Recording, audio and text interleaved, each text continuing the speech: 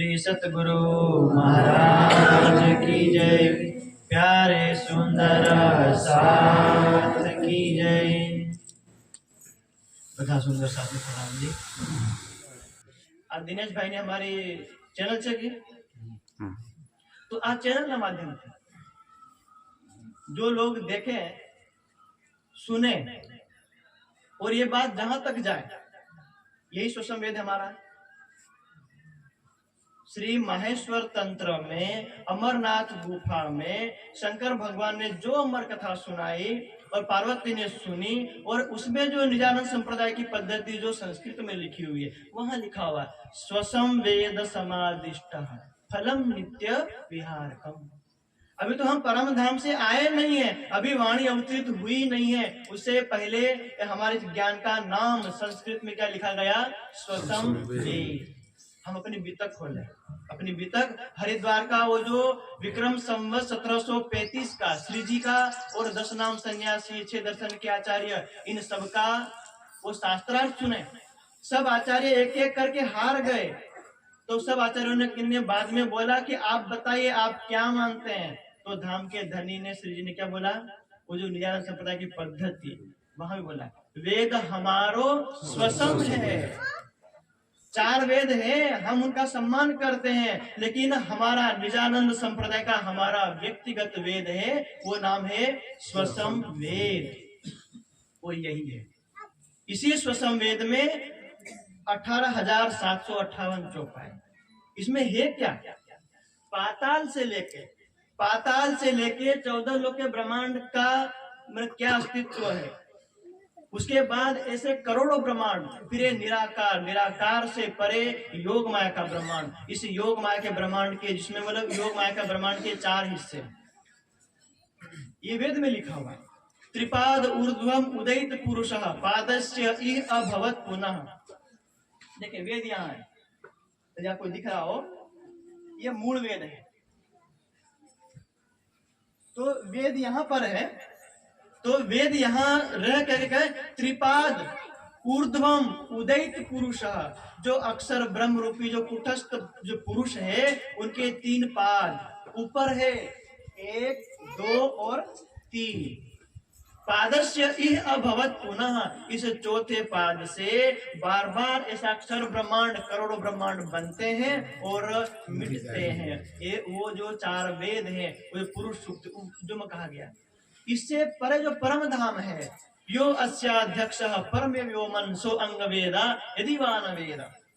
इस पूरी दुनिया को बनाने वाला, इसको चलाने वाला और सत्ता के स्वरूप में यहाँ इसके योग माया के ब्रह्मांड में कण कण में जो व्यापक है, उससे परे जो अक्षर ब्रह्म से परे अक्षरातीत है। इसलिए कहा ना, जो इसमें कहा ना शर्तीतीत, अरे मतलब नहीं, शर्तीतीत अक्षर से अल्पो। हाँ, तो जो अक्षरातीत मतलब क्षर, जो एक क्षर पुरुष, और ये जो है वो अक्षर है। क्षर, अक्षर और अक्षरातीत। अक्षरातीत का अर्थ क्या होता है? अक्षर से अतीत, अतीत का अर्थ है मतलब परे। अक्षर से परे अक्षर, अक्षर से परे अक्षरातीत। वो जो अक्षरातीत का ज्ञान, परम धाम कैसा है, परम धाम में है क्या, और वो जो परम धाम का ज्ञान आया कैसे, उसमें लिखा क्या हुआ है, उसको उस पूर्ण ब्रह्म परमात्मा सत्य चित्त आनंद स्वरूप परमात्मा को कैसे प्राप्त किया जाए, वो सारा ज्ञान ये जो 5वां स्वसम वेद में लिखा हुआ है। तो इस स्वसम वेद की साक्षी मान करके आचार्य अनुरुद्धाचार्य जी जो भागवत उन्होंने की, कई दिन हो गए जो हमें चुनौती मिली, उस चुनौती को ये हमारा मैनपुर गांव जो हमारा कार्यक्रम है, इस कार्यक्रम के माध्यम से हम उनकी जो चुनौती को स्वीकार करते हैं। अर्थात उन्होंने ये कहा था कि तुम्हारा ज्ञान सही है तो मैं तुम्हारा शिष्य चेला बन जाऊंगा, और यदि उन्होंने कहा कि आप आइए, अपना ज्ञान लेके आइए, अपना वेद लेके आइए, और हम दोनों बात करते हैं। अर्थात एक दूसरे मतलब बात करे, चाहे शास्त्रार्थ करे, चाहे वार्तालाप करे, जैसे मर्जी करे। तो ऐसे ही आचार्य जी को यदि मान लो ये जो संदेश मिले, तो वो भी अपना भागवत का ज्ञान लेकर के आए, अपनी भागवत लेकर के आए, अपने जो भी शास्त्र पढ़े वो लेकर के आए, और हम ये हमारा 5वां स्वसम वेद लेके आते हैं। फिर हम परम धाम से लेकर के कैसे हमारे स्वसम वेद को उत्पन्न होने का, प्रकट होने की भविष्यवाणियां, साधु संत ऋषि मुनि और बहुत सारे प्रमाण हैं, उन सब प्रमाणों से विक्रम संवत 1735 से लेकर विक्रम संवत 1738 तक कैसे शास्त्रों में लिखा हुआ है, विक्रमस्य गते अब्दे सप्त दश अष्ट त्रिकम्यदा तदायम सच्चिदानंदोक्षरात् परतः परा। ये जो सच्चिदानंद परमात्मा जो परम धाम में विराजमान है, वो कैसे विक्रम संवत 1738 में हरिद्वार का मेला जो हुआ था, वो जो शास्त्रार्थ विक्रम संवत 1735 वहां से शुरू हुआ, फिर वापस दिल्ली आए और दिल्ली में गए, जो 12 जो मोमिन गए, वो जो हरिद्वार और दिल्ली का प्रसंग, ये पूरा 3 साल लगा। એટલે विक्रम संवत 1738 में हिंदुओं में श्री विजयाभिनंद बुद्ध निष्कलंक स्वरूप के रूप में प्रकट हुए, और मुसलमानों के कुरान के हिसाब से आखिरुल जमा इमाम मोहम्मद मेहदी साहिबुज्जमा, आखिरी इमाम। पूरा मतलब हिंदुओं में भी वही एक खुदा, एक परमात्मा, और मुसलमानों में भी वही। तो पूरे हिंदुओं की, मुसलमानी की गुरु ग्रंथ साहिब या कबीर जी और सब शास्त्रों को मिला करके एक जो तारीख, जो समय लिखा गया था, सब का एक कि विजयाभिनंद बुद्ध निष्कलंक। यहाँ 2 बात, एक उसमें कल की अवतार, एक है विजयाभिनंद बुद्ध निष्कलंक। तो वो सारी बातें हमारे इस 5वें स्वसम वेद में है।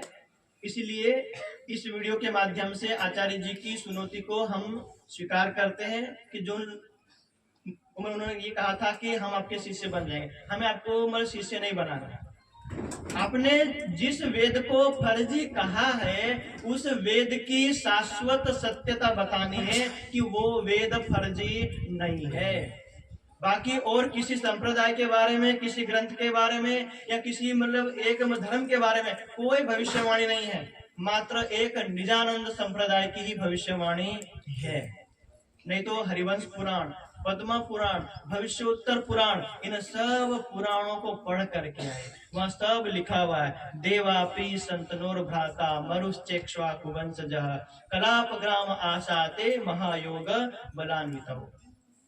के द्वापर युग में देवापि, भीष्म पितामह का पिता शांतनु, शांतनु का जो मन बड़ा भाई देवापि, राज्य न मिलने के कारण दुखी होकर के इसमें हिमालय में चले गए, हिमालय में कलाप ग्राम में। और इक्ष्वाकु वंश का राजा था वो मरु, वो भी अपना राजपाट अपने पुत्रों को छोड़ करके वो भी चले गए सन्यास वहां कलाप ग्राम, कलाप नाम के गांव में महायोग बलान्वित, महान योग तपस्या की। और जब तपस्या की, उनको आकाशवाणी से वरदान मिला कि 28वें कलयुग में विजयाभिनंद बुद्ध निष्कलंक अवतार अर्थात पूर्ण ब्रह्म परमात्मा की शक्ति प्रकट होगी। अक्षरातीत एषो वै पुरुष बुद्ध उच्यते, तेजोमय चादि रूप तस्य अवतार उच्यते। अक्षरातीत जो है, उनकी जो आवेश शक्ति जो आएगी, उसी को बुद्ध कहा है। इसलिए देवापी का वो जीव जब यहाँ देवचंद्र बने, उसे देवचंद्र जी के अंदर परम धाम की श्यामा महारानी प्रकट हुई, और जो राज्य दर्शन दिए, एते दिन त्रिलोक में हुती बुद्ध सुपन, सो बुद्ध जी बुद्ध जागृत ले प्रगटे पूरी नव। वो जो जागृत बुद्धि लेकर के राज्य प्रगटे, तो बुद्ध कल की अवतार किसको कहा गया? वो जो जागृत बुद्धि आई ना, उसे जागृत बुद्धि क्या कहा गया? कल की अवतार। और वही जब जागृत बुद्धि मेड़ता में और हरिद्वार में जाकर के निज बुद्धि से मिले, तो वही जागृत बुद्धि क्या हो गई? विजयाभिनंद बुद्ध निष्कलंक। निष्कलंक मतलब पहले वाला कल की अवतार है और बाद वाला निष्कलंक है। उसको मतलब कल की क्यों कहा गया? परम धाम का पूरा ज्ञान अवतरित हुआ था नहीं। तो एक मतलब जो वो जागृत बुद्धि पे एक मतलब कलंक रह गया कि पूरा पूरा राज्य का शोभा श्रृंगार नक्शे लेके एक एक कण एक एक पूरा पुकार वर्णन हुआ था नहीं। जब निज बुद्धि आई तो उसको निष्कलंक अर्थात रात से लेके क़यामत नामा ग्रंथ तक 18,758 चौपाई का अवतरण हो गया। तो अब मृत्यु लोक से पाताल से लेकर के परम धाम तक किसी ज्ञान में कोई कलंक कोई संशय है नहीं। इसलिए एक कल्की अवतार और एक विजयाभिनंद बुद्ध निष्कलंक अवतार। तो ये जो पांचवा जो वेद है वही जिसको विजयाभिनंद बुद्ध निष्कलंक अवतार कहा है उनके ही मुखारविंद से प्रकट हुआ ये ज्ञान है। इसलिए इस ज्ञान को साक्षी मान करके आचार्य अनिरुद्धाचार्य जी की जो चुनौती है उसको हम इस कार्यक्रम के माध्यम से स्वीकार करते हैं। वो चाहे तो अपने आश्रम में हमें बुला लें, यदि वो चाहे तो हमारे घर पे आ जाए, उनको जैसी सुविधा हो वो वैसा ये चुनौती जो उन्होंने कहा था कि यदि आपका ज्ञान सही है तो हम आपके शिष्य बन जाएंगे। तो उन्होंने जो मैं चुनौती दी थी उनकी चुनौती को स्वीकार करते हैं इस कार्यक्रम के माध्यम से कि हम पांचवा वेद स्वसम वेद मानने वाले आपकी इस चुनौती को स्वीकार करके आपसे शास्त्रार्थ करना हो, बात करनी हो, वाद विवाद करना हो, जो भी करना है, लेकिन इस पांचवें वेद को लेकर के करने के लिए हम तैयार हैं। ये हमारा संदेश उन तक धीरे धीरे धीरे पहुंच जाए और जब वो तारीख जहां निश्चित करे वहां हम इस ज्ञान को लेकर के आने के लिए तैयार है, क्योंकि राज्य ने हमें इसीलिए तैयार किया। हमारी कीर्तन वाणी साक्षी देती है, सकत बखत ऐसा हुआ सबन छोड़िया ईमान अरवाह करे कुर्बानियां म होवे मोमिन। सकत बखत आएगा, सबन छोड़िया ईमान अरवाह करे कुर्बानियां। जो परम धाम का सुंदर साथ होगा, जो सच्चे ब्रह्म सृष्टि होगी, कुर्बानी करेंगे। जैसे 12,000 मतलब उसमें कई हजार सुंदर साथ थे दिल्ली में। दिल्ली के बाहर बाग में सब लोग इकट्ठे हुए, श्री जी स्वयं थे। सब सुंदर साथ को कहा अब हमें क्या करना है औरंगजेब को संदेश देने के लिए। श्री जी ने कहा उससे पहले 12 सुंदर साथ खड़े हो गए कि हम अपने नक्शे सीख लेके राज्य तक कुर्बान करने के तैयार, अपने प्राण स्वाहा करने के लिए तैयार, इसी स्वसम वेद के ज्ञान को फैलाने के लिए, बताने के लिए कि औरंगजेब तुम जो हिंदुओं पे अत्याचार कर रहे हो, हिंदुओं के मंदिर तोड़ रहे हो और वो जजिया कर वो जो कर रहे हो, तो तुम्हारी कुरान में लिखा था कल के दिन 11वीं सदी में आखरुल जमा इमाम मोहम्मद मेहदी जो आने वाले थे, जो भविष्यवाणी लिखी हदीसों में, वो आ गए हैं और ये ज्ञान लेकर के तुम उनकी शरण में आ जाओ। ये संदेश लेके हमारे 12 सुंदर साथ तब भी वहां गए थे। वो हमारे श्री बितक साहिब में हस्तलिखित, आज हमारे जो पास है वो कंप्यूटर में लिखित है, लेकिन हस्तलिखित आज भी बंगलाजी दरबार में रखी हुई हस्तलिखित है। वो गुमट जी में भी जो हमारे जो मतलब वाणी है वो भी हस्तलिखित है। अर्थात विक्रम संवत 1751 में जब इसकी जिल्द बनी थी तब 18,758 चौपाइयां थी। आज 2025 में भी उसमें 18,758 ही चौपाई है। एक भी ह्रस्व दीर्घ एक शब्द मतलब कम न्यून हुआ नहीं है। बाकी चारों वेदों को छोड़ करके जितने पुराण हैं, जितने कुरान हैं, सब में मिलावट, यहाँ तक कि जो आचार्य जी खुद भागवत कर रहे हैं उस भागवत में भी दुनिया भर की मिलावट है, दुनिया भर की मिलावट है। वेद का ज्ञान और उसके में भागवत का ज्ञान दोनों का मेल खाता ही नहीं। एक ये पांचवा वेद ही हमारा सुषम वेद है। चारों वेदों को और इस पांचवें वेद को लीजिए, एक भी अक्षर विरोध में नहीं है। जो वेदों में कहा है, जो मतलब वो 3 पादों से परे जो ब्रह्मश्रेष्ठ जो मतलब परमात्मा है, उसकी पूरी व्याख्या मिलती है। उसका शोभा श्रृंगार प्रकाशमय कैसा है, वेद में कहा ना आदित्य वर्ण, सूर्य के समान प्रकाशमान है।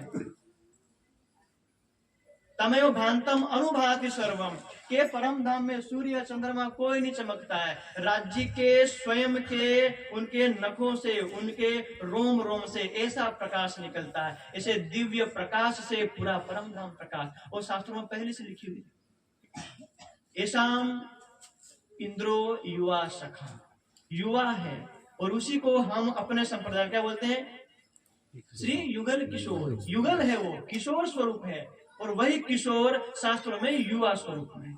तो शास्त्रों की रहस्यों की बात बताने के लिए ये 5वां स्वसम वेद है, और इसी स्वसम वेद को पढ़ेंगे लिखेंगे तो ही शाश्वत दिव्य अखंड परम धाम का ज्ञान पता लगेगा। नहीं तो चाहे भागवत सुनो, चाहे दुनिया का कोई ग्रंथ सुन लो, मृत्यु लोक छोड़ोगे तो स्वर्ग लोक जाओगे, स्वर्ग लोक से फिर वापस मृत्यु लोक में आएंगे। इसलिए एक हमारा शाश्वत ये ग्रंथ है। जो हमारी नकल के नकल तिनको ए हाल, हम पीछे पांव क्यों दें, हम सिर नूर जमान। जब दुनिया के ये जो ब्रह्मा विष्णु के जिसके पे महर होती है वो हमें चुनौती दे रहे हैं, इस अक्षर पुरुष का कोई अस्तित्व नहीं है। वही स्वप्न में यहाँ से बैठ के देख रहा कि एको अहम बहुश्याम, मैं एक हूँ अनेक हो जाऊं। तो स्वप्न का ब्रह्मांड के आचार्य वो जो हमें दे रहे हैं, हमारे सिर नूर जमाल, तो हमें राज्य कह रहे कि हम पीछे पांव क्यों दें, हमें कोई चुनौती दें और हम चुप हो जाए। तो ये तो हमारे सुंदर साथ होने पे कलंक है। तो इस कलंक को रहने देंगे नहीं। जैसे ज्ञान से लड़ लेंगे, ज्यादा क्या हो जाएगा, हारने का कोई अस्तित्व हमारा है ही नहीं। जब हमारा ज्ञान ही शाश्वत है, जब हमारे पूर्वज नहीं हारे थे, ना औरंगजेब से हारे, ना हरिद्वार के मेले में हारे, ना आज तक कभी नहीं हारे, और फिर जब तक ब्रह्मांड रहेगा तब तक कभी भी स्वसम वेद के छत्र छाया में राज्य के आशीर्वाद से, प्राणनाथ जी के आशीर्वाद से कभी हारेंगे भी। इसलिए नाम है श्री विजय अभिनंदन। विजय साक्षात जिसका अभिनंदन करे वही बुद्ध निष्कलंक है, जिसके नाम में विजय हो। विजयाभिनंदन, विजयाभिनंद जिसके नाम में विजय हो। साक्षात विजय श्री ही उनका तिलक करने के लिए यदि हो तो उनकी छत्र छाया हमारे सिर पे हो। यही वेद को रात दिन पढ़ने वाले हो, इसी को हम मानने वाले, इसी की आरती पूजा पाठ करने वाले, इसी की परिक्रमा करने वाले हम सुंदर साथ। तो ये चुनौती स्वीकार करते हैं। बोले श्री प्राणनाथ की जय। जब यहाँ जो चुनौती स्वीकार करेंगे, पहले यहाँ निपट ले, फिर जाएंगे, फिर क्योंकि हमारा मुक्त देशी ब्रह्मा, पूरे दुनिया का झगड़ा तो धर्म संसद श्री बंगला जी का दरबार का आशीर्वाद है। इसलिए शायद राज्य में उधर झांसी से सीधा पन्ना जी ले गए। हमारा पन्ना जाने का प्लान था नहीं, हमारा यह था कि झांसी से जल्दी से आ जाए, जल्दी से वीडियो शूटिंग करें और फिर उसमें वो करें। लेकिन हमें राज्य बोले नहीं, तुम पहले पन्ना जाओ, पन्ना का आशीर्वाद के बिना कुछ होता नहीं।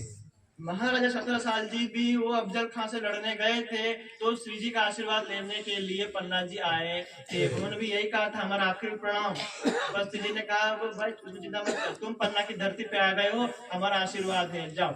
वो 8000 होगा चाहे 8 लाख होगा। उसके बाद महाराजा 17 साल जी एक लड़ाई नहीं, कितनी लड़ाई लड़े, इतिहास गवाह।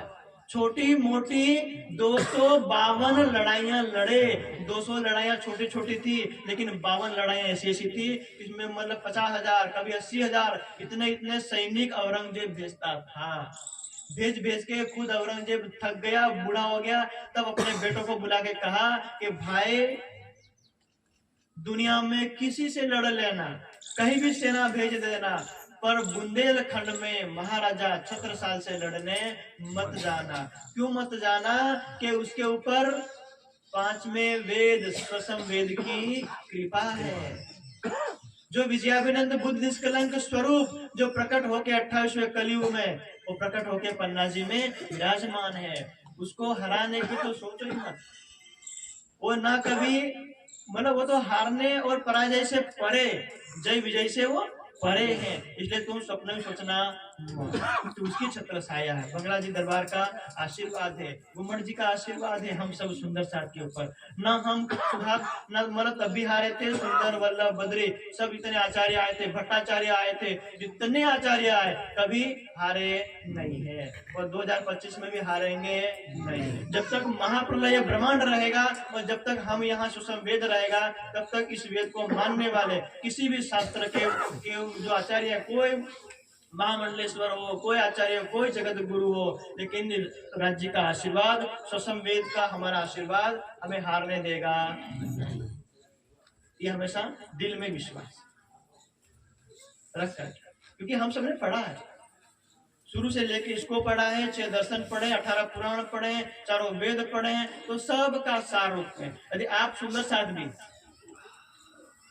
सत्यांजलि ज्ञानपीठ से लिखी हुई वो हमेशा रखना, ज्ञान मंजूषा, बोध मंजरी, भ्रांति नाशनम, भागवत यथार्थम, ये 4-5 किताबें साथ रखना। दुनिया का कोई आचार्य को छोड़ो, साक्षात ब्रह्मा विष्णु महेश क्यों ना प्रकट हो जाए, लेकिन सुषम वेद के प्रश्नों का उत्तर उसमें वितक में लिखा है ना, ये जवाब ब्रह्म से न हो कि जब महाप्रलय में सारा ब्रह्मांड नष्ट हो जाएगा तो हम और हमारा जीव कहाँ रहेगा। तो वही जामनगर का स्थान, वो मंदिर, वही कांची भट्ट क्या बोले थे, बोले मेरे को छोड़ो, मेरा गुरु जी को छोड़ो, ये तो तुम ब्रह्मा विष्णु से पूछो तो भी उसका उत्तर मिलेगा नहीं। जो जवाब ब्रह्मा विष्णु के पास नहीं है वही सारे के सारे जवाब इस 5वें सुषम वेद से एक से बढ़कर एक लिखे हुए